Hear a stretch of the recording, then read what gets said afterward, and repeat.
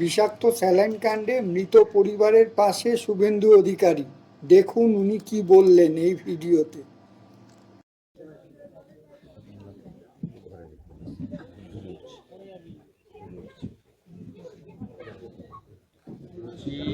পুরো দায়িত্ব আমাদের।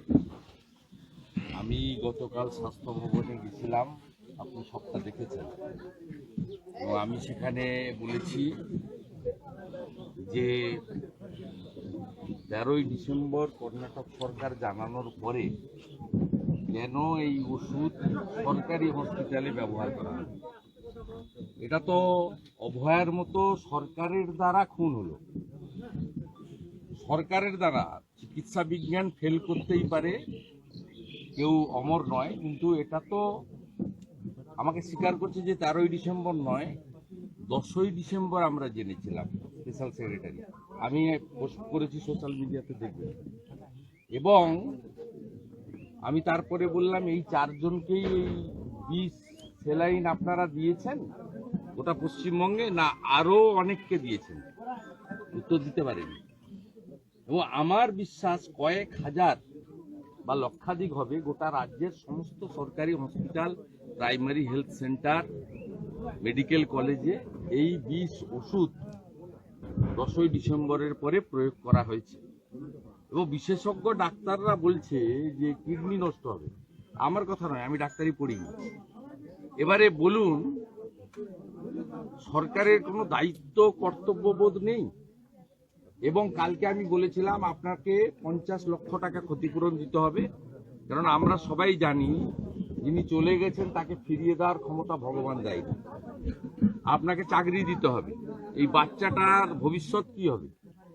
আমরা তো আছি, আমরা তো সরকার নই, আমরা বিরোধী দলনেতা, আমি একজন এমএলএ, আমাদের সাথীরা আছে, আমাদের দল আছে, আমরা আপনার পাশে দাঁড়াবো।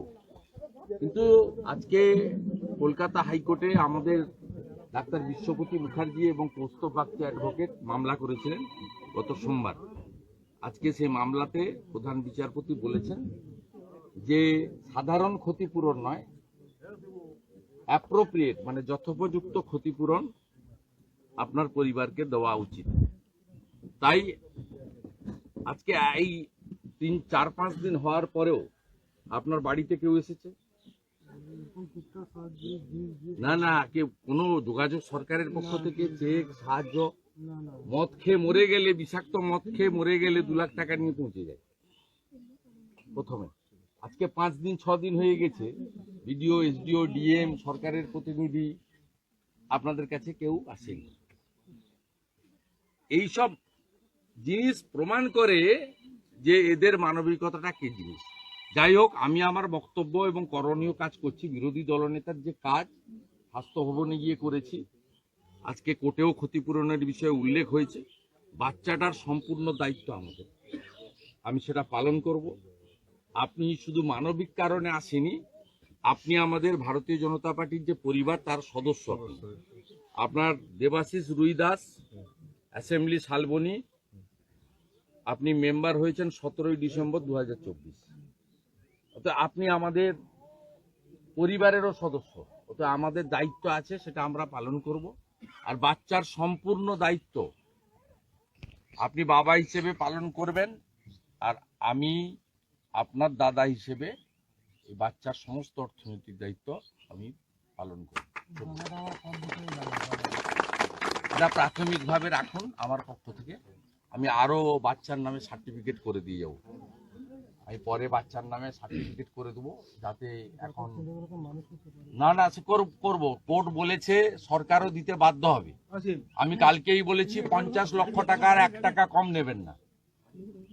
আপনাকে নিয়ে আমি অনেক দূর যাব, এবং আপনাকে 4র্থ শ্রেণীর চাকরি দিতে হবে, গ্রুপ দিতে, পার্মানেন্ট চাকরি। আপনার কাছে যদি অল্প টাকা দিতে আসে, চেক দিতে আসে, নিবেন না। আপনি আমার উপর ভরসা রাখুন। আপনাকে নিয়ে যতদূর লড়াই করার করব, কারণ অভয়া যেমন নার্সিং এর কাজ করতে, ডাক্তারি কাজ করতে এসেছে, মেরেছে তাকে হসপিটালের মধ্যে, এটাও one kind of murder by the সরকার, গভর্নমেন্ট। সরকার খুন করেছে, এবং আমি যখন গতকাল বলেছি স্পেশাল সেক্রেটারিকে যে আপনি 13ই ডিসেম্বর কর্ণাটক সরকার এই আরএল, এই ওষুধ কোম্পানি আরএল আপনাকে দেখাচ্ছি, কতজনকে যে দিয়ে ফেলেছে গোটা রাজ্যে কে জানে ভগবান। সব কিডনিগুলো যাবে, তারপরে বলবে কি জানেন, তারপরে বলবে আপনার আছে, সুগার আছে, ক্রিয়েটিনিন বেশি। এই যে আরএল 13ই ডিসেম্বর কর্ণাটক সরকার এদের বলেছে পশ্চিমবঙ্গ সরকারকে বন্ধ করো এই ওষুধ দেওয়া। 13ই ডিসেম্বর, আজকে 16 তারিখ। আমাকে স্পেশাল সেক্রেটারি বলছেন যে 10ই ডিসেম্বর আমরা জেনেছি। আপনি বলুন এটা মার্ডার ছাড়া কি বলবেন? আপনি বলুন এটা কোনো অভিযোগ নয়। কাল সকালে কোনো ভোট নেই যে আমি রাজনীতি কথা বলছি। আমি বলছি এটা মার্ডার ছাড়া কি? সরকারের দ্বারা মার্ডার। গরিব মানুষ কোথায় যাবে?